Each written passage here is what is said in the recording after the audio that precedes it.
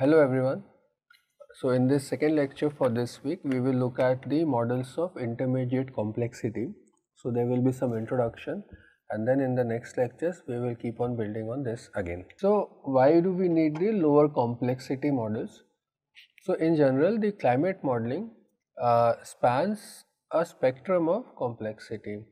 So this can range from comprehensive coupled climate models to which are high in detail and high in computational cost, and the highly idealized conceptual models which are much more simplified and are process focused. Uh, these days, rather than having a strict hierarchy that this is a simple model and this is a GCM, now these models have begun to form like a continuous process where the lines between different kinds of models are more blurred, and each of these types of model will serve some particular purposes. So the lower complexity models are designed to basically isolate and then understand key processes, but the parameter space is restricted, so we have less parameters which will be calculated at each time step. As we looked previously, the time steps are very important depending on the level of detail of the model. The more details, generally we are looking at smaller time steps, which means there will be a limit to the integration of time, model integration span. In lower complexity models, we only are looking, the aim is to look at specific processes only. So the parameters will be, number of parameters becomes less. So basically we have a restricted parameter space. This allows for the integration of the model to longer time spans. Since we have less number of parameters to compute and the model is simplified, the idea becomes to understand the long-term impacts of some important processes only. And since the number of parameters are lower, we can integrate the model up to thousands of years. So for example, in this case, we are looking at almost 1000 to 1 lakh years. So the model integration time is possible to have a very long model integration time, and we can predict the potential changes in the climate 1000 years from now or 10,000 years from now. Also, large number of simulations, different kinds of simulations can be done because the models are faster to run. We can quickly change something and run the model again, then change another process or parameter value and run the model again. So this will allow us to conduct a large ensemble simulations, and we can have a good testing of the parameterization. Let's say I want to test a equal to b, a equal to b square, a equal to b cube. So since the model takes short time to run, we can test all these types of parameterization and see how these parameterizations then influence the output. In general, these lower complexity models, because they isolate and understand important key processes, these models are essential for understanding the behavior of complex models. In complex model, there are thousands of processes happening simultaneously. So if we observe one output, it is difficult to understand that if my output has changed, it was due to which parameter, because we might have thousands of input variables in the complex model, and if we see a small change in the output of this complex model, we have to look 1000 parameters, and it is difficult to understand, or it is more difficult to understand which of these 1000 parameters have actually led to the change in output.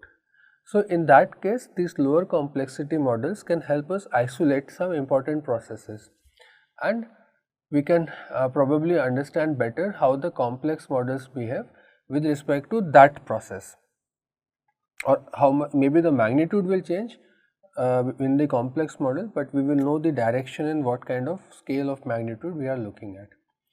Also, these can be used for sensitivity studies. So let's say I want to change my input solar radiation by 10% or 1%. then what is the magnitude I am looking at my temperature change. So the complex models will of course give you a better constraint estimate, but they will take a long time to run. Let's say I want to check my climate after 1000 years. If the solar changed by 1%, if the solar input changed by 2%.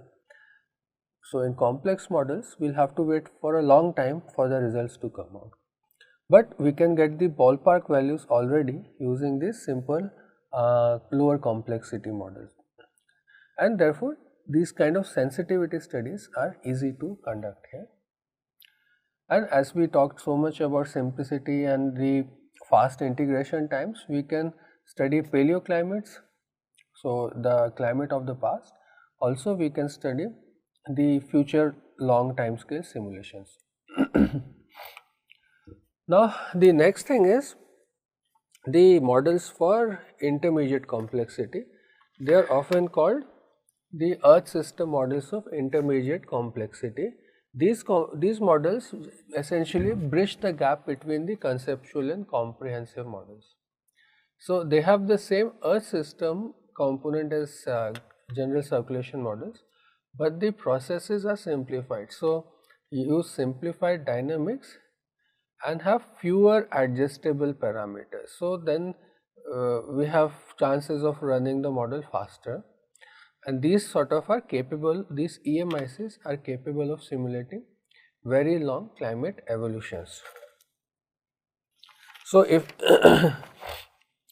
so if I were to plot these on our axis, let's say on axis which is detail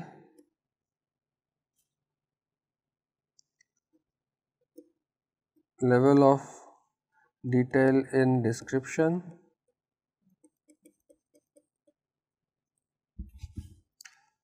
then maybe number of processes,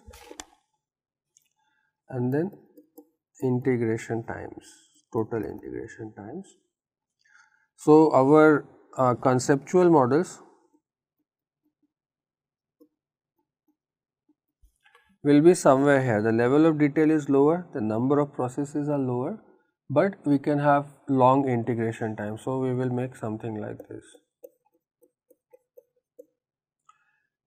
In general circulation models, we have a lot of processes, a very high level of detail, but the integration time might be limited. So they would probably occupy somewhere here.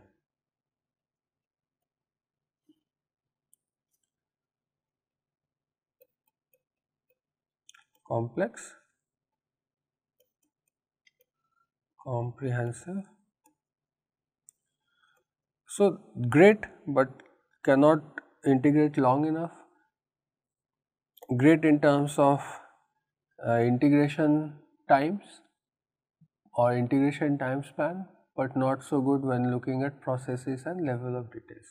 So then the intermediate models somehow occupy this space, which is a medium level of detail, medium level of processes, and better integration time. So maybe they will occupy some kind of this space.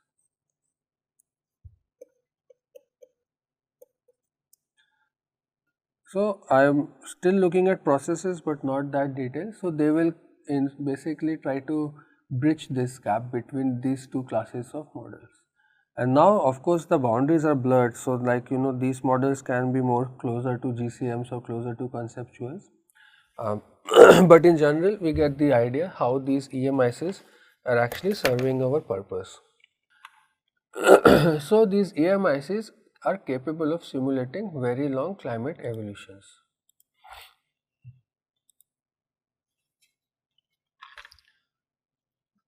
Since the 2000s, the boundaries between the different model types, as I said, have somewhat blurred now. The model families are overlapping increasingly. We have something like integrated assessment models, and they are sort of similar to the conceptual models, but they try to incorporate different kinds of factors that influence climate. When we come to EMICs, they have evolved from being just ice age focused and covering a low resolution atmosphere, and now they are more into towards uncoupled ocean atmosphere system. So, the models are always evolving over time. One such example we will look here more a bit is the one dimensional radiative convective models. So, as we know, our greenhouse effect is arising from the absorption of the upgoing infrared radiation emitted by the earth's surface. Without the greenhouse gas, the surface temperature will be the effective radiated temperature of the earth. So, the temperature that is observed from space. Now, our greenhouse gases modify both the surface and atmospheric temperatures. So, the radiative convective models were developed to study these sort of radiative effects. What are the purpose of these RCMs, radiative convective models? These are one dimensional models with the vertical as the resolved dimension. So, from surface to different atmospheric layers. So, the atmosphere is divided into multiple vertical layers, and we compute the temperature profile of the atmosphere at different layers and the surface. So, this kind of models sometimes allow for a more detailed radiative treatment than the GCMs, but of course, with GCM evolving as well, these models may be like maybe they are still more detailed, but the level of higher details may be lower, but this is the process of evolution of models. These models, the radiative convective models, are widely used for the climate sensitivity experiments. When we have these multiple layers, each atmospheric layer absorbs and emits infrared radiation. So, the temperature of layer N is related to the effective temperature as Tn to the power 4 is equal to tau total n Te to the power 4. Basically, Tn is the temperature of layer N, Te is effective temperature, and this is the total infrared optical thickness above the layer N. In general, water vapor is a dominant infrared absorber and it is concentrated near the surface.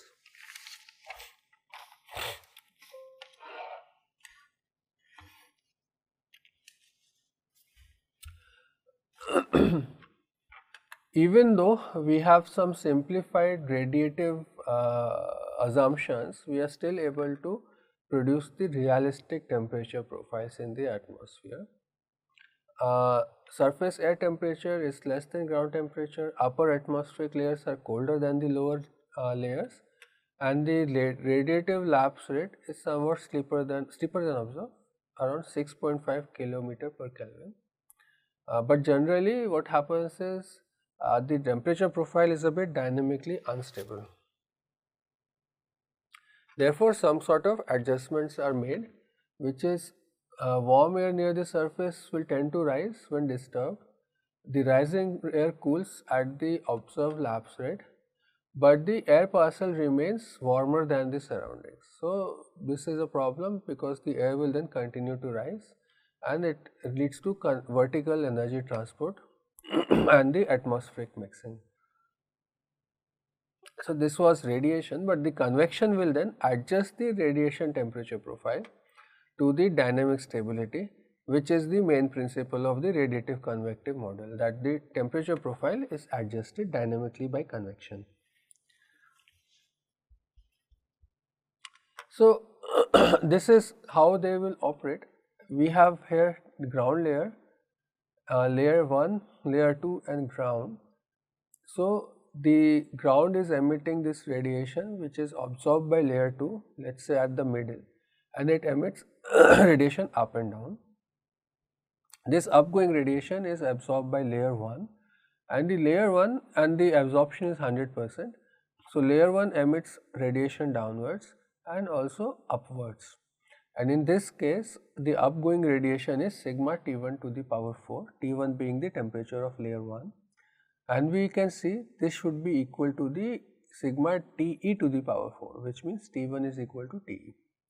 Now here we have temperature profile and the height. Now if we have the blue curve, which is the radiative equilibrium temperature profile from a simple two-layered model. However, this is the red line is the observed adiabatic profile, which includes, so this is the radiative equilibrium profile that we are predicting. The red line is the observed profile, which means this profile has been obtained after also convection is considered, because in real world we will have radiation as well as convection. So that means if this is what radiation says and this is what we have observed, which means this particular gap between this blue line and red line, this energy has been given to the part above. So this energy, this particular energy is redistributed by convection, and therefore we have arrived at our equilibrium or observed profile.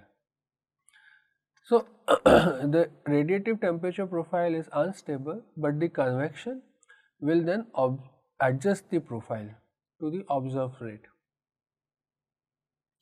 And when the radiative profile is unstable, the convection will sort of dominate, in the sense it will redistribute the energy.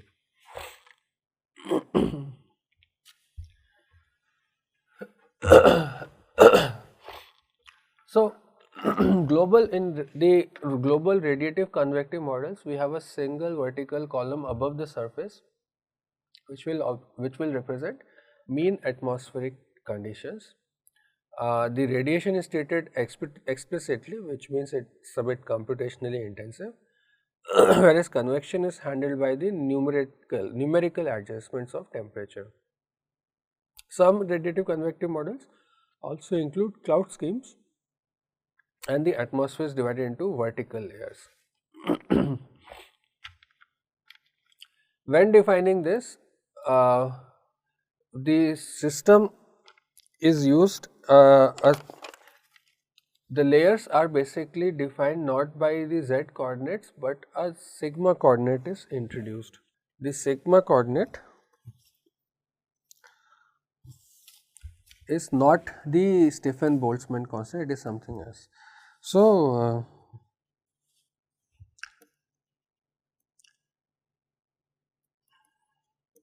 layering is not defined by pressure or height, but a non-dimensional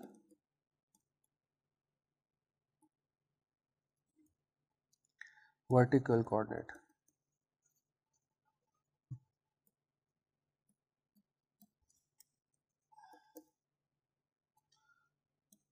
Which is a function of pressure actually. Sigma is equal to P minus Pt by Ps minus Pt, where P is the pressure, Pt is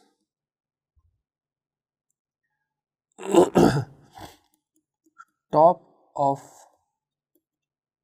atmosphere, I will make it TOA pressure. Ps is the pressure at Earth's surface. So depending on where we are looking at, the pressure at surface will be different. So this is variable. So the top layer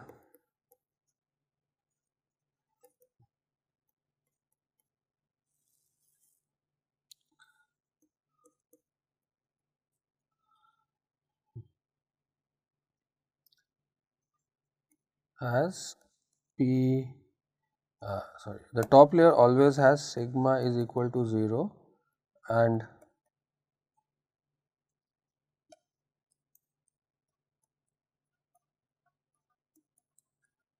and surface always has sigma equal to 1 because its surface P becomes Ps. So, this becomes Ps minus Pt, Ps minus Pt as and 1.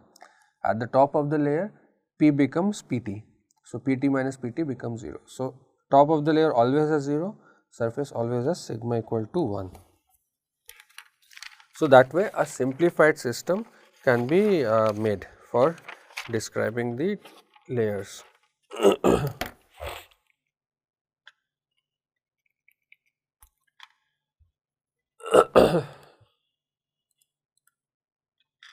So, the layers are usually evenly spaced in sigma. So, we have equal layer masses, and this avoids issue with terrain level intersections because we can always start with sigma 1 and go to sigma 0. So, this kind of vertical resolution is commonly used in climate models for stability and simplicity. So, the sigma coordinates generally have high resolution near the surface and they are good for boundary layer processes. There are problems when the terrain is steep. So, things change very fast. There is also something called eta coordinates which the student can learn, which improve the surface resolution, but they are less suitable over the high terrain. This is how the layers will look like. So, this model have 18 vertical layers and a 100 meters ocean slab to represent the thermal inertia of the mixed layer. So, we have this ocean mixed layer here and then different layers of the atmosphere. So, layer 18, 17 till layer 1, and we have radiative fluxes for each layer, and also we have the convective adjustment between each layer. You have incoming short wave radiation at the top, outgoing radiation from the top, and you see sigma will start from 1, and then there are small decreases in sigma values till here. Up till mid layer we are already layer 1, so we have sigma equal to 0.002. So, we are very near the top. We can have isentropic coordinates which will have high resolution near the troposphere, but will have a poor representation of boundary layer. So, we generally have hybrid coordinates, isentropic and sigma. So, sigma near the surface and isentropic at the top part, which will provide a good balance for the boundary layer and upper troposphere. And this is used for study in Earth and other planets. So, this is how the coordinate will look like.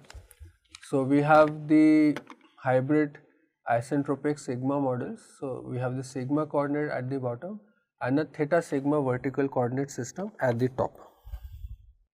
Theta is our sort of potential pressure.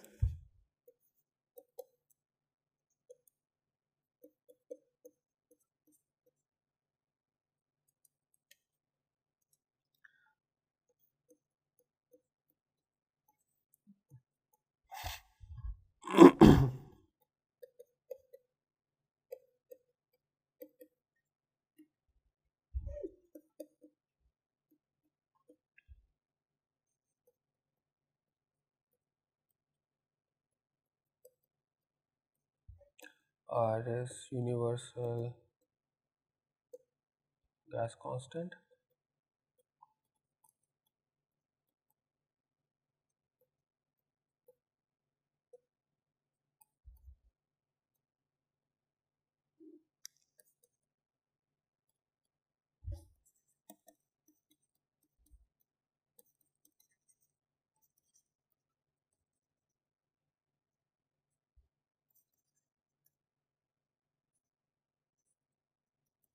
So, this is how we can have theta I.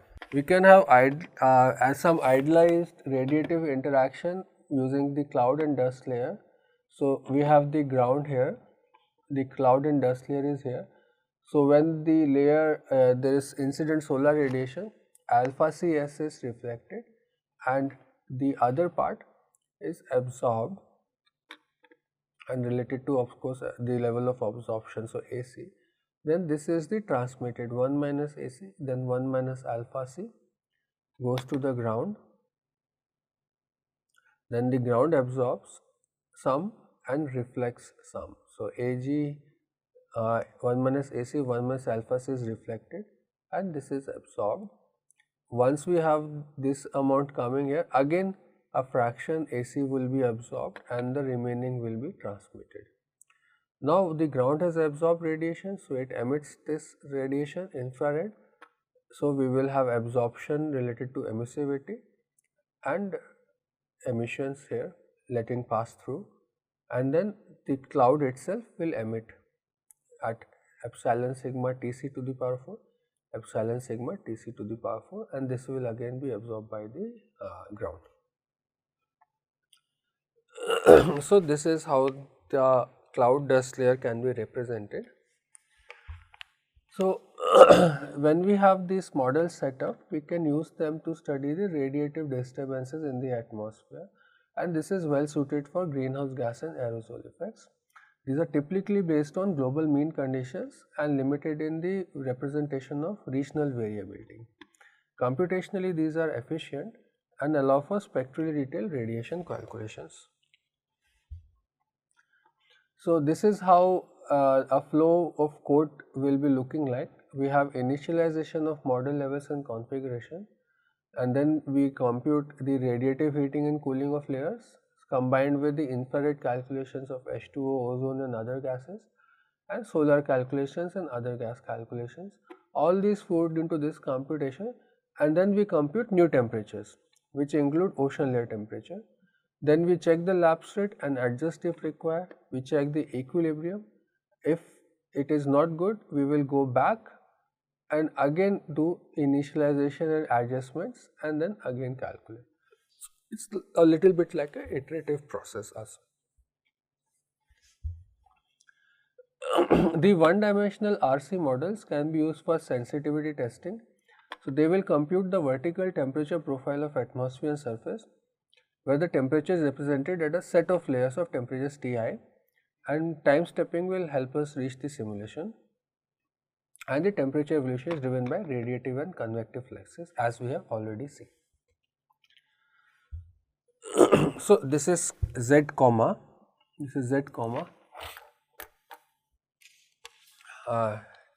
T plus delta T, and this is Z comma T. So this is how the temperature of layer I at height Z and time T plus delta T will look like, which will be a function of temperature at the same height at time T multiplied by delta T by rho Cp. So density in specific heat, delta Fr by dz, delta Fc by dz, where Fr and F, this is the net radiative flux divergence and dFc is the net convective flux divergence. So remember the term net here. So we will have, when in the equilibrium experiments, we integrate the model till top of atmosphere, short wave is equal to long wave flux. Then we can do time dependent experiments, and we can add mixed layers to introduce the thermal inertia. Once we introduce the thermal inertia of ocean, that will actually tremendously help in having more realistic time evolution of the atmospheric temperature, because oceans are very important in when it comes to the energy balance. This is how the temperature profile will adjust. So we will start, we can adjust from the left side or the right side. So the solid lines will show the approach from a warm isothermal atmosphere to equilibrium, and the dashed line shows the evolution from a cold isothermal layer, and eventually the model will come to this equilibrium when related to pressure or when related to the days. So as we go integrate more, we wait for equilibrium, we will reach. We can do different sensitivity simulations. For example, we can test the response to CO2 doubling. We can check the output, which is the surface temperature increase.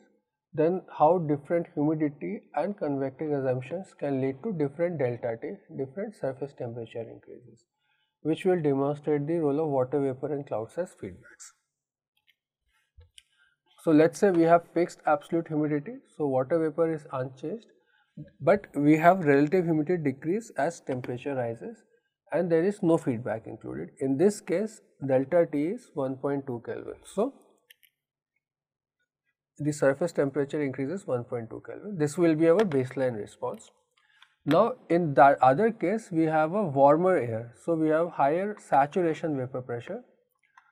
So, in this case, the actual vapor pressure will increase by evaporation. We have positive feedback and delta T becomes 1.9 Kelvin.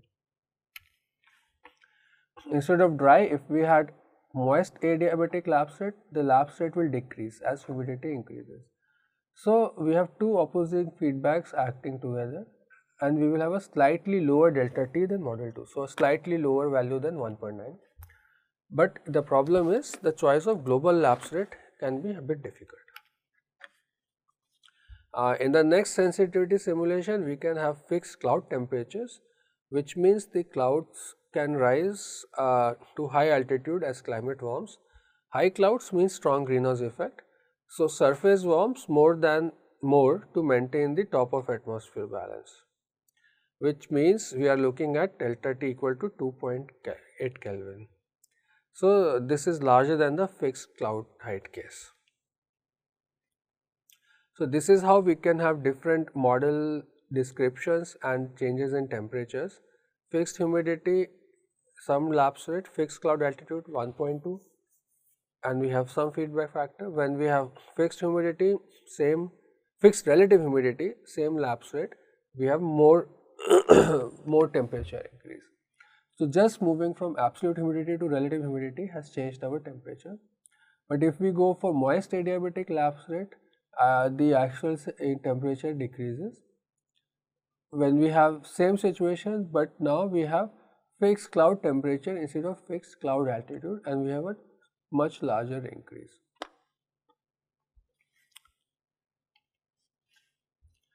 The next we can have is sensitivity to clouds. So, solar energy absorption depends on the albedo. So, albedo is different for clear skies and cloud covered regions. So, cloud will affect climate through short wave reflection, as we saw in the schematics earlier, and also long wave trapping. So, previously people did some model simulations and showed that 8% extra cloud cover, where the cloud height and albedo is fixed, will lead to surface cooling of 2 Kelvin. But a 0.5 kilometer increase in cloud top height, where cloud amount is fixed and albedo is fixed, will lead to surface warming of 2 Kelvin. So, it depends on such small changes, we can have a cooling or a warming, which shows that cloud feedback can be positive and negative, and in actual reality, the cloud feedback direction to temperature is not very obvious, because just small changes here and there can lead to very different results. In GCM studies, people can add penetrative convection to increase the climate and find that this increased climate sensitivity, but then it required improved cloud albedo schemes. And it was found that cloud processes strongly influence the model climate sensitivity. Then we can have a sensitivity to lapse rate in convective adjustment. So, convective adjustment generally requires a critical lapse rate, where the commonly used value is 6.5 Kelvin per kilometer. Sometimes the observations suggest a global mean of 5.5 Kelvin per kilometer, and this choice can also affect the surface temperature response. For example, at this fixed lapse rate, we have delta T 1.94 Kelvin, but if we change this to moist, delta T only becomes 0.79 Kelvin. In other RC models, so different models have shown T ranges from 1.9 to T.4 Kelvin, and the lapse rate choice can actually change delta T as much as our assumptions on humidity and the cloud cover or the cloud height. So, what are the implications for climate modeling? So, RC models highlight parameter sensitivity. So, can be lapse rate, water vapor content, or cloud cover or cloud height, and the results will depend on whether the parameters are realistic. RC models often represent of a single column of a 3D GCM. So, one grid of a GCM will be defined in the vertical. In RC, sensitivity tests can be used to evaluate new parameterization and also understand the model behavior. This is how one can check sensitivity. So, we have penetrative convection, which leads to increased moisture when higher in troposphere, which means increased clouds. So, it can have increased albedo, decreased absorbed solar radiation at surface, which means decreased temperature, which means decreased in evaporation precipitation, and we have feedback. But on the other side, we have increased downward infrared, which means decreased net upward surface, which means increased temperature, increased evaporation precipitation, which means much strong greenhouse effect. So, our blue loop shows enhanced vertical transport of moisture, stronger greenhouse effect, and increases system sensitivity, whereas this one increased cloud cover and albedo, more solar radiation reflection, and decreases sensitivity. So, these kind of things are influencing actually in both ways. In a globally averaged RC model, atmospheric, as we saw, about 1780 layers. Tropospheric lapse rate is fixed at 6.5 Kelvin, relative humidity is often fixed, the cloud cover is predicted generally and not prescribed. So, it is computed in the model. It is also designed to study very early earth climate. Then the next thing is how they treat cloud, moisture and latent heat. So, the cloud cover is proportional to the water mixing ratio. Water mixing ratio is affected by the latent heat and precipitation. So, latent heat is basically due to water presence, precipitation will remove the water. The latent heat flux HL is determined from convective adjustment and the Bowen ratio. In a simplest assumption, B is constant with height, which is a bit uncertain for early earth. So, the total convective flux HL plus is HL plus HS, and HL is given as HC by 1 plus B, and the water mixing ratio is given by this formula.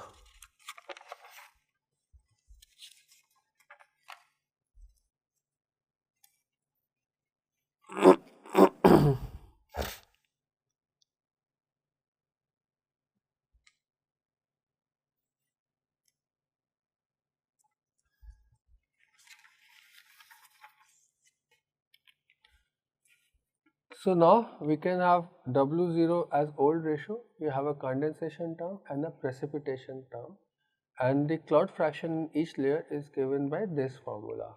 So, if the cloud cover exceeds 1, which means the excess cloud will then be converted to precipitation. Okay. So, this is the mixing ratio update. Then we calculate the cloud fraction. If the cloud cover exceeds 1.0, then we will have conversion of cloud to precipitation.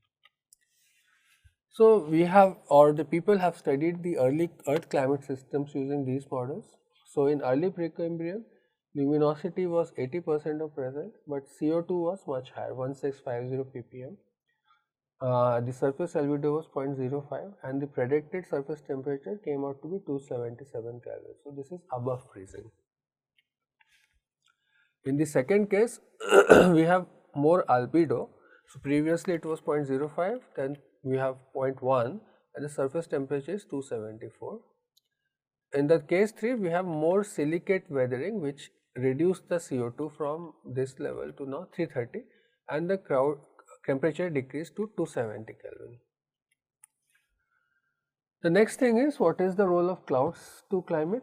So, cloud prediction increases surface temperature relative to prescribed clouds. So, as temperature decreases, total cloud amount decreases, cirrus cloud fraction increases. High cirrus clouds enhance the greenhouse effect. This will allow sea ice to melt despite reduced luminosity. Sometimes it provides a possible solution to the faint Yang-Sung paradox.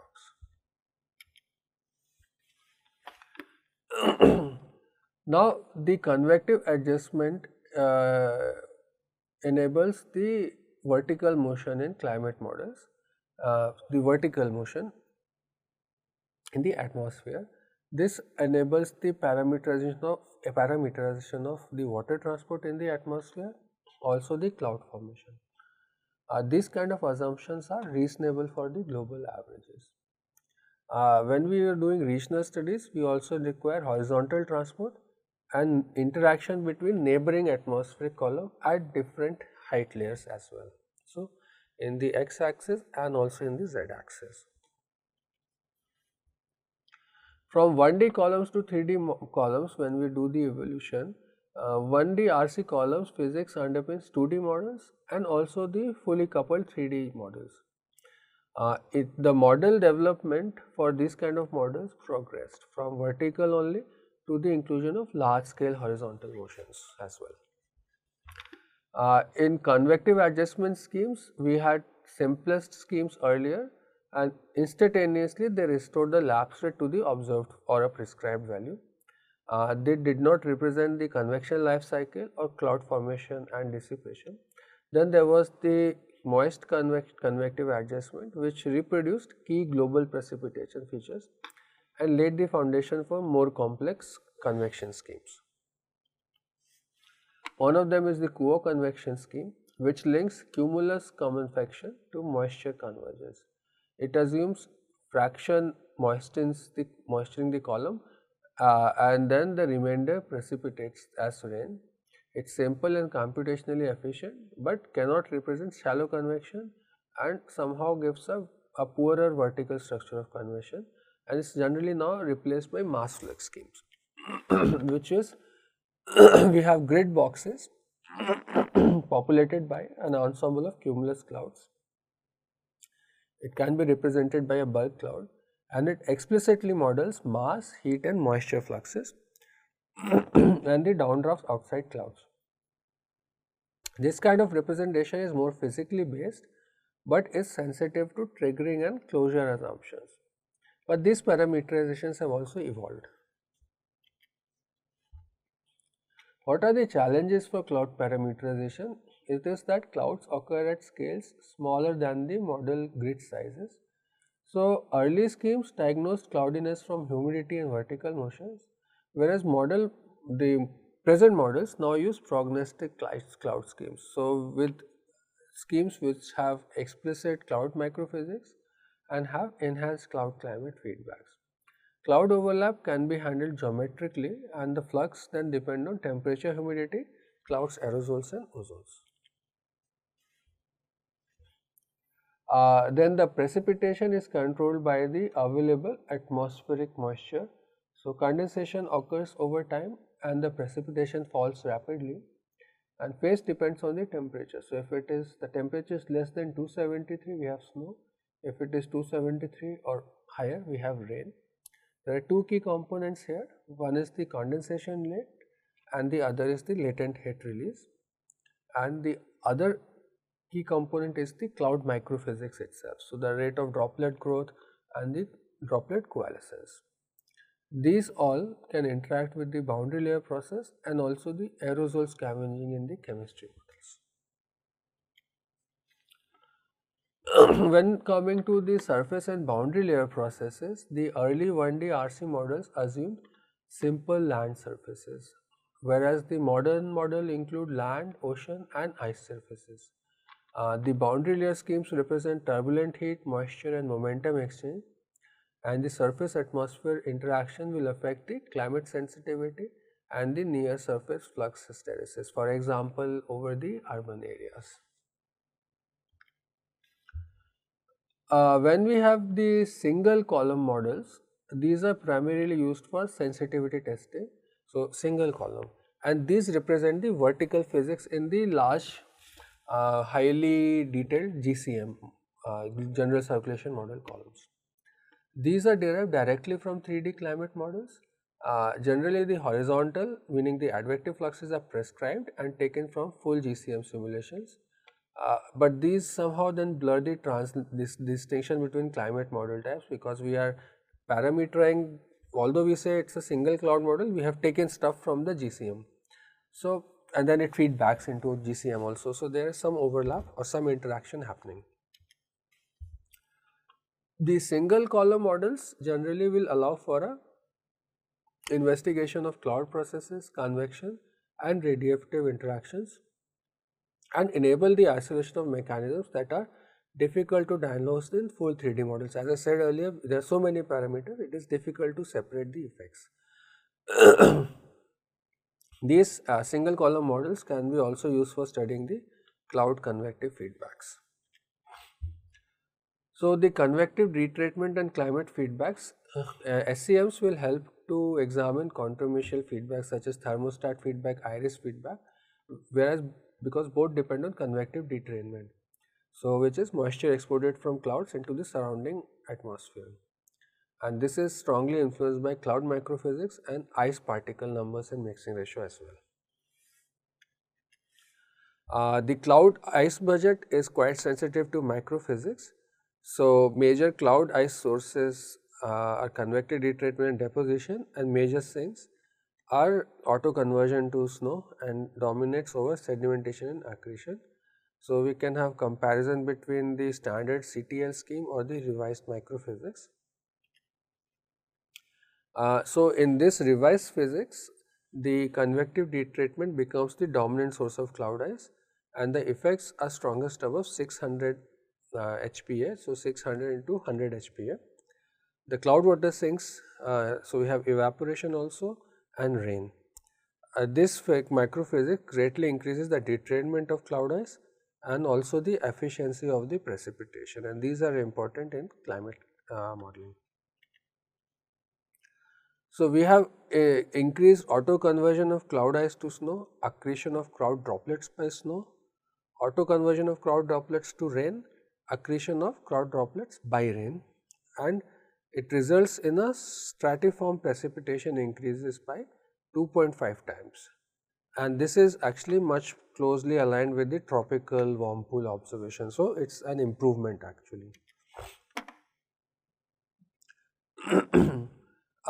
The convective retreatment produces 44% of tropical cirrus clouds, which affect the incoming solar radiation and outgoing long wave radiation, and therefore, the convective retreatment becomes a key control on climate sensitivity, and this is actually very important to understanding the uncertainty in climate change projections. We also have more complicated boundary layer interactions. So, the atmospheric boundary layer, for example, is the lowest 1 kilometer of atmosphere. It is strongly influenced by surface friction. So, in near surface winds will be back relative to free atmosphere and form the Ekman's pattern, and ABL will exhibit strong temperature variability, humidity variability and diurnal depth changes. The boundary layer is generally historically underrepresented due to coarse vertical resolution and limited parameterizations, and the turbidal exchanges usually modeled during eddy diffusivity, but now high order closure schemes are increasingly used. So, now we have expanded surface boundary layer processes, which of course detailed surface processes introduce complexity in models. How? For example, ocean wave impacts on momentum exchange between air and ocean, heat and moisture transfer, the air-sea coupling.